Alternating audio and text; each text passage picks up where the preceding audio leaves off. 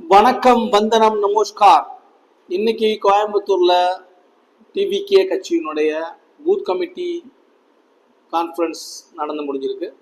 நல்லபடியாக நடந்து முடிஞ்சிருக்குன்னே சொல்லலாம். விஜயனுடைய மாஸ் என்ட்ரி அண்ட் உங்களுடைய வழக்கம் போல ஆதரவு, ஆர்ப்பரிப்பு எல்லாமே நல்லா இருந்தது. பட் இது பூத் கமிட்டின்னா என்ன அப்படின்னா, என்னுடைய பார்வையில் இது நான் விளக்கணும்னு நினைக்கிறேன். வாங்க பார்க்கலாம். முதல்வன் படம் பார்த்துருந்தீங்கன்னா அதில் ஒரு காட்சி வரும்.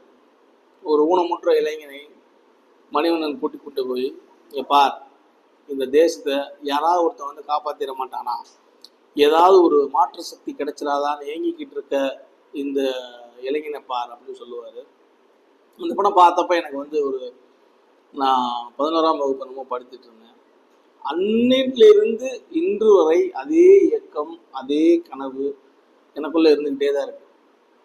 அது நிறைய மாற்றங்கள் வந்தது. அன்புமணி ராமதாஸ் வந்தார், செங்கிலா வந்தார், அதுக்கப்புறம் நாம் தமிழர் கட்சி அண்ணன் சீமான் வந்தார், அப்புறம் மக்கள் நீதி மைய தலைவர் கமலஹாசன் வந்தார். யாராவது ஒருத்தர் ஒரு மாற்றத்தை கொண்டு வந்துருவாங்க, ஒரு தனிப்பட்ட முறையில் ஜெயிச்சிருவாங்க, வந்துருவாங்க அப்படின்ற மாதிரி ஒரு இயக்கம் இருந்து கொண்டே இருந்தது. யார் தனிச்சு நிற்கிறாங்களோ அவங்களுக்கு நம்ம ஒரு புதிய முயற்சி வந்து அவங்களுக்கு நமக்கு ஆதரவு கொடுக்கணும், வைக்கணும் அப்படின்ற மாதிரி. பட் இந்த மாதிரியான பொது தளங்களில் பேசுனதாகவோ இல்லை, அங்கங்கே நண்பர்களோட பேசுவது அதோட தான் இருந்தது.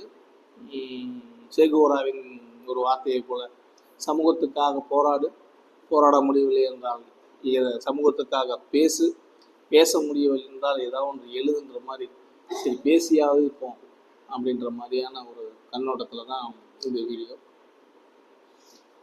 இந்த பூத் லெவல் ஏஜென்ட்ஸுடைய பலம் என்ன அப்படிங்கிறது உங்களுக்கு எக்ஸ்பிளைன் பண்ணப்பட்டதான் எனக்கு தெரியல. ஆனால் இந்த 2 திராவிட கட்சிகளும்